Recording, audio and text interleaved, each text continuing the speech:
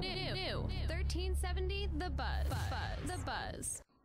Welcome back to Suki Says on 1370 The Buzz. If you are just tuning in, then you are just in time for my guest caller tonight. The mastermind behind Girls with Slingshots, web cartoonist, Girl Scout, and Lush, Danielle Corsetto is on the line. Danielle, how are you? Good, all right. How are you doing? I'm good. Let me just fix this.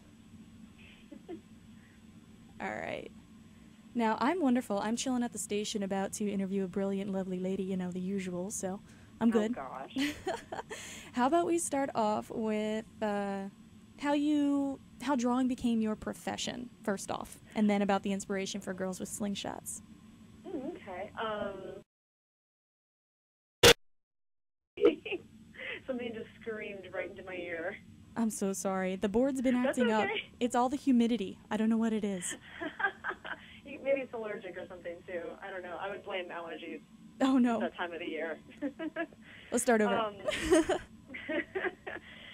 So a lot of people ask me how I started, doing the web comic specifically. I've been drawing all my life, and actually I've been doing comic strips since I was 8 years old, which is when I started, realizing that I should mix my love of writing with my love of drawing as a very late bloomer, like, late 80s. And ever since then, I've been drawing comic strips. I've always had some idea that I've been drawing nonstop. And so I went to college, actually, for photography at Shepherd University, or it used to be Shepherd College. And but I was continuing to draw constantly. Like, I always had a comic strip I was doing.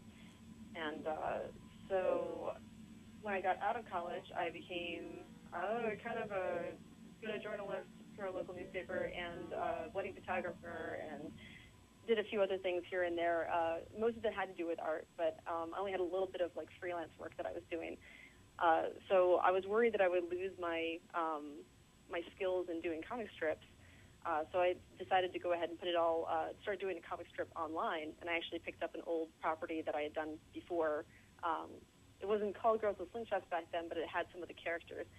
And so I started doing that solely because I wanted to advertise myself online, like in a free way, I think I was paying $10 a month or something to host it. So that way I was advertising my drawing skills, my writing skills, my HTML skills, and I also had a deadline because I figured some people, not very many back then, but some people would be watching and they would get mad at me if I didn't update on time. So that way I had somebody kind of checking me, because otherwise it would just be me, and then I would never get anything done. Did you get emails that are like, yo, where's the strip? What are you doing? Kind of, yeah. Actually, when I started, my brother moved in with me when I moved into my house, and there's one night that he lived in, there's like a back separate apartment practically. This house is huge.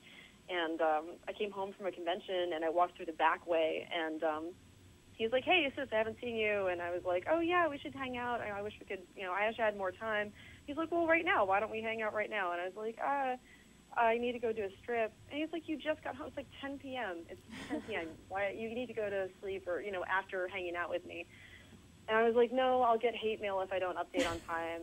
This is a few years in, so I was already kind of used to it, like if I did get, if I didn't update on time.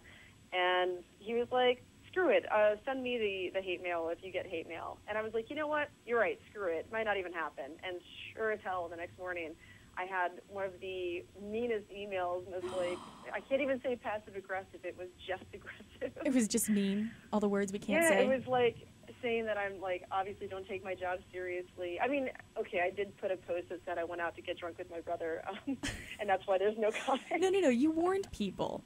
There was a warning in place. Exactly. But yeah, I got this, you're obviously unprofessional and don't take your job seriously kind of email. Aw, well, now, okay, random question, because I've read all the strips. Hazel will publish stuff drunk. Have you ever done a strip drunk? And put it up? Have I ever done a strip sober? Oh, I like that answer. I tell people, this is a horrible routine of mine, but in the morning, I'm still buzzing from this. I have this routine of having a pot of tea, and I'm really, really sensitive to caffeine. Oh, no. So it's a good thing that I'm not a coffee drinker. I could never survive it, but I'll be buzzing off that tea for the entire day, and I usually do the strip at night, which is a terrible routine, but I've been doing it all my life, all my cartooning life, all of my life that matters. So I'll, have this buzz and not be able to draw a straight line, and then that's why I'll sit down to draw, and this is why I do it at night, because I feel kind of wrong drinking at like 11 a.m. or something, but I'll just have a couple of glasses of wine or something, and that'll chill out my drawing hand, and I can draw straight lines without them looking like Charles Schultz circa 1995. No, I like that. So, the wine tempers the tea. It does. There's a really good tea wine. Have you had it? No, I've never heard of that before. It's really good. I have to remember what it's called. But, Yeah. all right. Now, I know for a lot of artists, and I dare say all artists, art imitating life seems to be rather true in their work. So are there characters in your strip that reflect the people you know? Are you allowed to say? Yeah, actually, I'm allowed to say, because I was very careful in not putting very many people that I know in there. I learned my lesson. I drew a comic strip in the college newspaper when I was going to Shepherd that was based on my then boyfriend and a couple of other people I had either dated or, had been involved with somehow, and had, I don't want to say falling out, well, not falling out, I guess, just like wasn't friends with them after a while and realized I mean, it was like their names were on there. They looked like them, Mm-hmm. I was like, I can't ever do this again, because now I don't feel right publishing it. So now I get inspiration from people, and unfortunately for me, Hazel was always my autobio character. So Hazel's this, for those who haven't read it, she's a bit of a lush, and I definitely don't have that reputation as much anymore, or at least I don't live up to it. But she's, kind of irresponsible and kind of a mess. But even she, when, she was really, this character that I related to when I was younger, she's kind of changed into her own person. I mean, she's kind of homophobic, which is definitely not me, and she's more stubborn than I am, which is quite a talent. So they've all kind of worked into their own people. There are two characters that were based off of friends of mine that also have, thank God for my friends, have turned into their own characters, because one of them turned totally evil. Well, not totally evil, but Angel was based on a friend of mine who was the bartender at the Mech, and she did some things later on in the strip that I don't think my friend would have actually done. Now, one of the things I found about having writer friends is that I know going into a conversation or situation with them that I have to accept the possibility of them using whatever interactions happen in their work, whether it's anonymous or not. That goes with the territory of befriending an artist, which is kind of like befriending a radio personality, because your drunk Saturday might end up on my show Monday. So when I'm talking about storyline, a lot of the storylines, they're reflective of people telling you stories or anything like that, or things that happen to you, or a lot of them just pop in your head? Yeah, definitely inspired by other people. I've definitely got, a lot of friends who, this is horrible, you're absolutely right, friends who confide in me, and then I decide to, make a storyline that's slightly based off of their problems. Yep. But generally, I also just listen to I listen to a lot of people. I love talking, and I can't shut up usually, and I can't stop listening to people. So I actually also bring my script book out usually, out to the restaurants in Shepherdstown, and just sit down and script for a couple of hours. Luckily, a lot of the restaurants here know that if I'm there, I'm going to be sitting there with my notebook all day practically. And I'll listen in. I'm terrible, but I will eavesdrop on everybody around me. And I have just listened to what I know was like two people who were having an affair together and were about to leave the state and not see each other for a while. I definitely overheard a conversation about that, and it just kind of reminds me not to only use my voice when I'm writing, that there are other people who have different dramas and different ways of approaching drama, and I try to internalize that and think of what my characters would be acting like in that kind of situation. It kind of helps keep it a little bit fresh and not all just my voice. I like it. Now, you're in between conventions right now, right? Yeah, you just caught me. I just caught you. So if people want to meet you, they can find your schedule on your website and on your Facebook, right? So yeah. That's girls with slingshots. Definitely on the website. .com. Let me keep cutting you off. Okay. Yeah, it's girlswithslingshots.com, or if you're really lazy, gwscomic.com. And also you're that lazy. Also, Danielle Corsetto also leads to that .com.